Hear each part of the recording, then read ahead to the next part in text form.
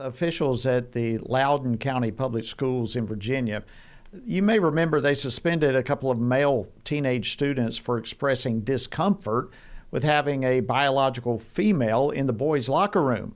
Well, in response, a lawsuit was filed defending the students, and this week, a federal court granted a motion for emergency relief, which temporarily blocks the district's suspension while that case moves forward. And on top of that, the U.S. Department of Education announced this week that the school district had been in violation of Title IX. So it's not been a good week for Loudoun County school officials. We'll just put it that way. But the question is, have they learned their lessons? Joining me now to discuss this is Virginia's state delegate, Geary Higgins. He represents the 30th District, which includes parts of Loudoun County. He's also a former Loudoun County supervisor and school board member. Delegate Higgins, welcome to Washington Watch. It's our honor to have you. Thank you, Jody. It's an honor to be with you all and get a chance to speak with you tonight. Yeah, let's talk about this. Let's begin with what came out of the court. The school district appears to, quite frankly, be putting indoctrination over education, if we can put it that way. But it's good to see that the court is stopping this wrongful punishment so that education can go forward. Your thoughts on all of it? Yeah, it's really a shame. I'm not a lawyer, so I may not be discussing all the ins and outs of the case, but basically they ruled that the school board, in their decision to suspend these young men, did not consider the young men's case at all, only considered the woman's case, and that they put a stay on it. They also, I think, questioned the overall policy, generally speaking. So it'll be interesting to see what comes out. And they have been consistently, which I find very distasteful, spending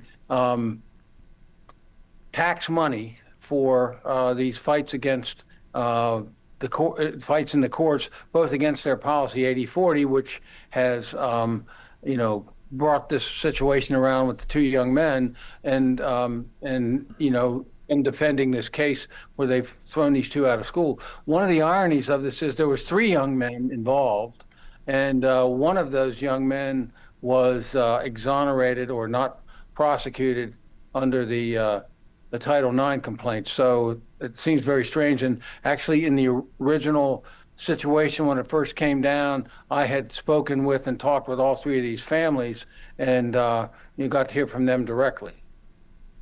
Wow.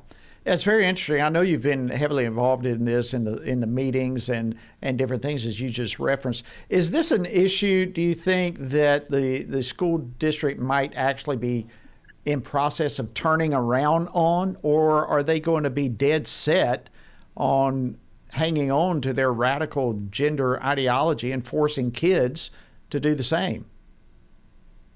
I mean, I would hope, and frankly, I hoped that their response to the determination from the Department of Education would have gotten them to turn around, but that's not the case. They had a chance a couple weeks ago to withdraw that policy and to withdraw these actions against these 2 young men, and I just don't see it happening. I've been to the school board to speak on numerous occasions, and frankly, I think parents should show up and certainly voice their concerns, but I think it's fallen on deaf ears.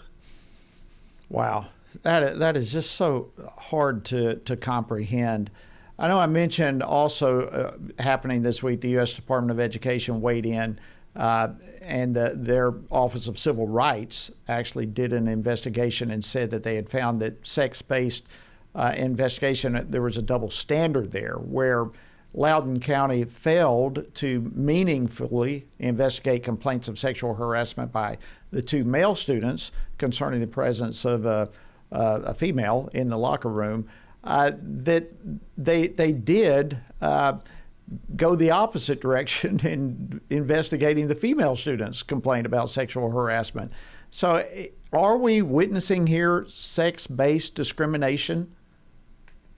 Well, I think that's for the courts to sort out, but it appears that way. If you're going to look at the whole incident, it would seem to me that you would look at the story of the young men and the young lady that was in the boys' locker room. One of the things that I don't know has come out in all of this press about this incident was one of the families have moved out of the county and moved to another state so that their son would not be branded in this kangaroo court that they've held in Loudoun County. And you talk about something that I think is absolutely ludicrous, and they don't have any problem with that, and have proceeded with the hearings and whatever to make the decision that they did, that these young men had, in fact, committed a Title IX violation.